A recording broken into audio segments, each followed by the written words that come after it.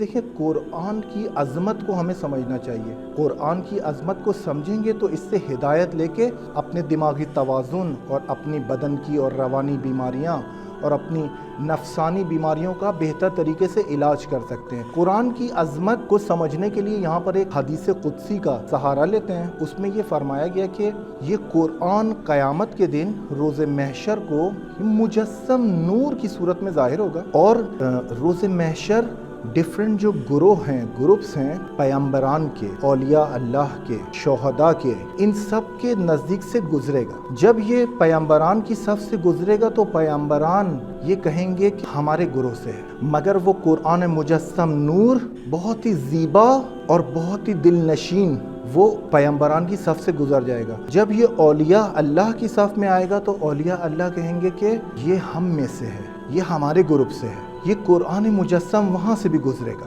پھر یہ داخل ہوگا شہداء کے گروپ سے، شہداء جنہوں نے اپنی جانوں کا نذرانہ دیا ہے خدا کے لیے، خدا کے دین کے لیے۔ یہ شہداء کہیں گے کہ یہ نور یہ ہمارے گروپ سے ہے، کیونکہ ہر کسی کی دلی خواہش ہوگی کہ یہ زیبا نور، یہ دل نشین نور یہ ہمارے گروہ سے ہو، کی خواہش ہوگی کہ اس کا تعلق ہمارے گروہ سے ہو۔ مگر یہ دل نشین نور ان شہداء کے گروپ سے بھی گزرے گا، اور حدیث قدسی کہتی ہے کہ یہ نور عرش خدا تک جائے گا، اور عرش خدا پر پہنچنے کے بعد خداوند متعال اس سے ہم کلام ہوگا نور سے، اور اس کو متعارف کرائے گا کہ یہ قرآن ہے، وہی قرآن کریم جو قلب محمد مصطفیٰ صلی اللہ علیہ وآلہ وسلم پر نازل ہوا ہے۔ اور خدا اس قرآن سے، اس مجسم نور سے یہ فرمائے گا کہ آج عزت دوں گا اسے جس نے دنیا میں تجھے عزت دی، اور ذلیل کروں گا آج اسے جس نے دنیا میں تجھے ذلیل کیا۔ قرآن سے خداوند فرمائے گا۔ قرآن کی عظمت کو سمجھنے کے لیے یہی کافی ہے۔ دیکھیں، قرآن کو عزت دینا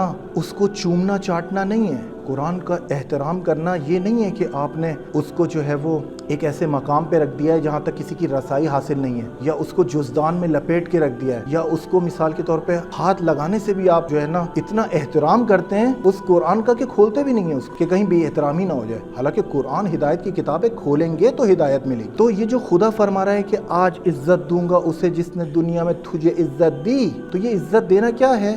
یہ عزت دینا علماء فرماتے ہیں کہ آپ نے قرآن کو اپنا آئین نے زندگی بنانا ہے، اور قرآن کے ذریعے اپنے رفتار اور عمل کی حد بندی کرنی ہے، اور اس حد بندی کے بعد آپ نے باہر نہیں جانا ہے۔ یہ ہے قرآن کو عزت دینا۔ اور قرآن کو ذلیل کرنا یا قرآن کو بے ارزش کرنا یہ کیا ہے؟ یعنی ایک انسان ایسی زندگی گزارے، نہ قرآن کھولے، نہ پڑھے، نہ آئین بنائے، اور اس کے بعد بالکل قرآن کو ایسے جیسے اس سے کوئی تعلق ہی نہیں رکھ۔ یہ ہے قرآن کو ذلیل کرنا، کہ خدا فرما رہا ہے کہ روز محشر ایسے انسان کو میں ذلیل کروں گا جس نے قرآن کا احترام نہیں رکھا، جس نے اس سے ہدایت نہیں لی۔